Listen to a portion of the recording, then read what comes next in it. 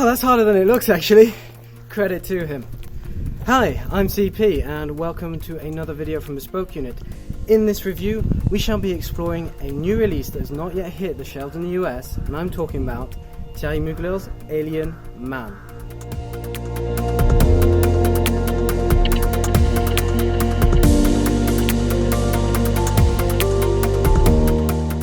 So first things first, I'd like to apologise for the heckler in the crowd earlier. It seemed that we have a noisy crow. Furthermore, it seems that we have other hidden audience members that will be behind me, my dogs, likely trying to get a sneak peek of this video, but like everyone else, they're going to wait until the YouTube release. So let's get down to it. Alien Man is a highly anticipated release from Thierry Mugler because it follows after the feminine version that was released in 2005. So it's been 13 years that we've been waiting to see this hit the shelves. Now, as of today, September 2018, it has yet to be released in the USA, but it was released back in May in Europe. So let's get down to it. I'm going to give this 2 sprays on the back of my hand, and we're going to follow the Bespoke Unit fragrance formula, which I've very professionally stuck to this clipboard because I had nothing else, where we will quantifiably review the fragrance. And you can see the written review in the link below to see the actual scores and the way we rate it, and for a little bit of extra detail that I forgot to say in the video today. So, engage. 2 sprays on the back of the hand, make it 3 because I missed the first one. I'm not going to pretend that this is the first time. Ooh, oh, what is this? I've actually already reviewed this. I wrote the review this morning. So what's interesting with the head of Alien Man is that it starts off as a very classically aromatic fragrance with herbaceous notes. However, this sets itself apart from, say, the Dior Sauvage, Bleu de Chanel and the Armani Code in that there is some dill and some aniseed or anise. Dill being quite a surprising note in there, and something that I relate to smoked salmon. And aniseed, which I do love absinthe and I do love pastis, so it's very welcome. I very much enjoy it. It's something that's quite spicy, and we've got a little bit of lemon there as well, which gives it this citrus burst. And then we get some aromatic lavender as we get to the heart. The heart is my favourite part of this fragrance. I'm not going to hide it. I absolutely love it, and in some ways it's a shame that it's not the base because it just doesn't last long enough. So the base is a bouquet of woods and spices and a little bit of leather. All these accords are produced by cashmeran or blonde wood, which is kind of leathery, kind of spicy. It's warm, woody note, as well as tea olive, which is this kind of musky, fruity blossom, also known as, let's see if I get the pronunciation right, osmanthus. Tea olive is being used for tea, but it's also used as a popular fragrance note that we see less and less these days. And we also get a little bit of geranium in there, which adds a floral touch to some birch tar, which has a very smoky and a very, as you might guess, tarry presence in there. So overall we have something that is smoky, woody and spicy as well. It's quite tantalizing and quite a mouth-watering heart, which is a shame because in a couple of minutes I'm going to get to the base. Okay, so we're at the base now, and what am I getting? I'm getting some benjoin, which is kind of vanilla-y, quite sweet. We're getting some labdanum as well, which is quite musky, and we also get some patchouli, which is quite an earthy note. Overall it comes to sort of a white amber accord, which unfortunately is as anticlimactic and disappointing as the first time I tried this, and it's quite uncharacteristic for a Mugler fragrance, which tends to be brash, bold and persist all the way down to give you something that's unique and strong and really an expression of identity. In terms of life cycle, what do we get? As I mentioned, it is quite fleeting. This is especially the case of the base, but we do the head is short, as it would be for the majority of fragrances. The heart isn't very long, which is a shame because I love that heart, but then the base, it just kind of fades away, and we have this kind of smokiness that does persist, and the sweetness as well, and it sort of comes into a relatively nice skin scent after a couple of hours. But if you have a travel atomizer, I'd highly recommend it with this fragrance, so you can top up every 2 hours or so. So how would I rate the seasonality for Thierry Mugler's Alien Man? So this is perfect for this time of year. I'm in late September.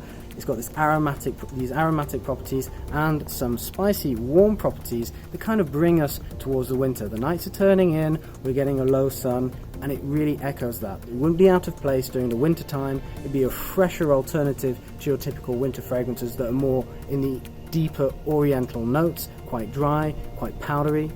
When it comes to spring, it's okay, it's not out of place, but it's not quite as effective, because here you'd want to be more on the aromatics, the fougère.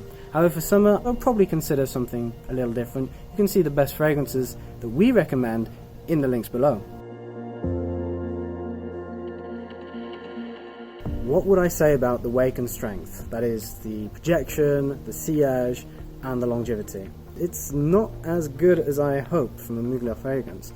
In terms of projection, it gives you a very tight scent bubble, and in terms of sillage, the trail is very short. With regards to longevity, like I said, you're going to be applying this every 2 to 3 hours. Yeah, sadly, I'm a little disappointed by that, but it's still a thoroughly enjoyable fragrance, to say the least. So third-party feedback, what do other people think about Thierry Mugler's Alien Man? Well, first of all, it's important to note that since this hasn't been released in the USA and the core of the fragrance community is in the USA, there isn't really a general consensus. There are those who are desperately waiting for this to be released because there is a firm following for Mugler. There are those that have had the opportunity to try it, whether they've been traveling or they're based in Europe like myself. And there are some who love it no matter what, and there are some who are somewhat disappointed by this more mainstream approach to a Mugler fragrance, which is normally quite characteristic, brash, with a bold identity. But as I said, there is no general consensus. I haven't really caught a particular vibe either way. It seems to be kind of a little bit of anticipation before the actual release. However, when it comes to the popular opinions, overall people seemed to find it quite pleasant and not inoffensive, which is quite rare for a Mugler fragrance. They tend to be quite an acquired taste in that sense.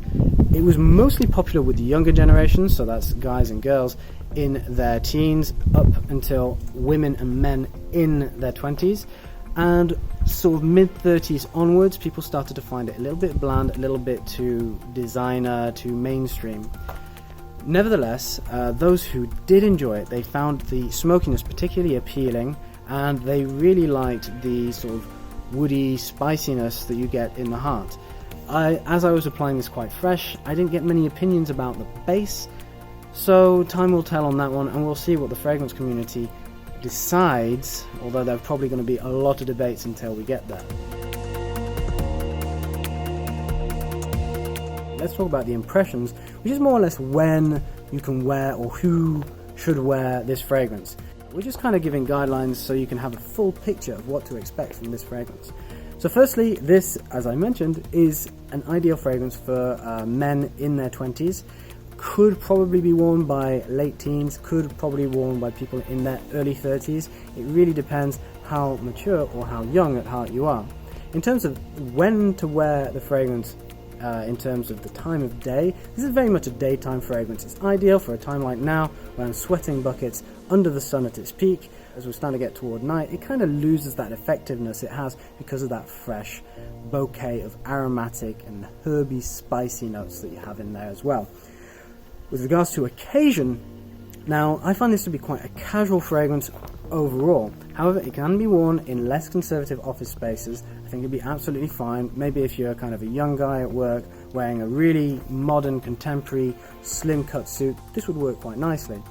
Similarly, I think it would be quite an appropriate fragrance for a date. But like I said, it's more of a daytime fragrance, so I'd say this is more of a casual thing that you wear when you go out shopping or during your daytime errands.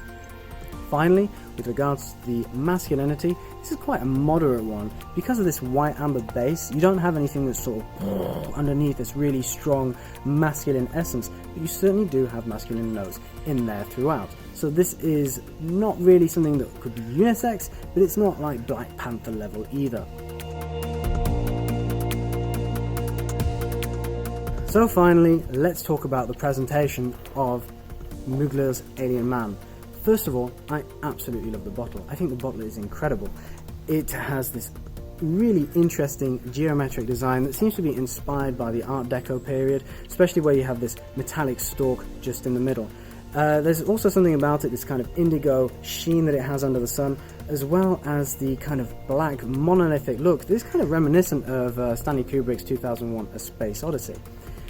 Overall, I think that the design is very interesting. It has got these classic references, and especially the 2001 Space Odyssey reference that kind of links to its namesake, but that it's still firmly anchored as a contemporary design. So really, hats off to the style. One thing I love as well is, like a lot of Thierry Mugler's recent releases, is that you can just pop this off and it's refillable. So you can buy refills rather than buying a new bottle and just top it up. And there's some places like in Sephora in France that they have sort of distributors where you can just top it up there and then rather than having to buy a small refill. With regards to the atomizer, it's a little bit strong for my taste, but I actually quite like it. We have these sort of this firm hiss and a thick but narrow concentrated spray, which gives you a very precise application, so you can get all those key areas, whether it's under the neck, back of the head, under the ears, whatever you like. By the way, we do cover a guide on how to apply fragrances. Check the link below. I quite like the packaging. It uses the iconic alien logo that is found in the original 2005 version, but still adds an element of modernity, given that we are 13 years later and designs change so fast. So you can take a look, see what you think. Personally, I quite like it. And then finally, value for money. So I picked this up for about 50 euros, which with the exchange rate as it is at the time of doing this is about $58 to $60. So it's not that much different, which I think is extraordinary value for money for a designer / niche fragrance house. They're kind of, walking that fine line between the two. And it is a great purchase if you ask me. You can see that there are links below where you can grab a pair from our favorite retailer, which is currently Amazon, may change. Bear in mind that it hasn't yet been released, but I have seen some resellers selling it for considerably more than what its RRP will be in the USA. So probably wait on that before you jump in and make a purchase. So let down by a somewhat anticlimactic dry down and a underperforming performance, Thierry Mugler is still nonetheless a very intoxicating and a very enjoyable fragrance. Some may protest with Mugler's more mainstream approach in making a much more accessible and approachable fragrance, which is going to be more attractive for the mass market. Nevertheless, this could potentially be a contemporary classic of the likes of Dior Sauvage, Bleu de Chanel, and the others. Maybe I'm wrong, maybe it's too much of a long shot, but given that the bottle does stand out, given that it does have a very mass-appealing scent to it, it could have a place among the more popular fragrances, yet still stand apart thanks to a more unusual head and heart. Hopefully there will be a reformulation relatively soon that will improve upon that base, but I don't think that there's much to revise, and I still think that overall it is a great fragrance. You can see a full score and the full review where I really get into the detail of it in a link below. Otherwise, don't forget that we cover a lot of other fragrance content, so, give us a like on the old Facebook, give us a subscribe here, give us a like, comment, all that jazz. I don't really want to bore you anymore, but we'd love to hear from you again. I'm CP. Until next time, take care.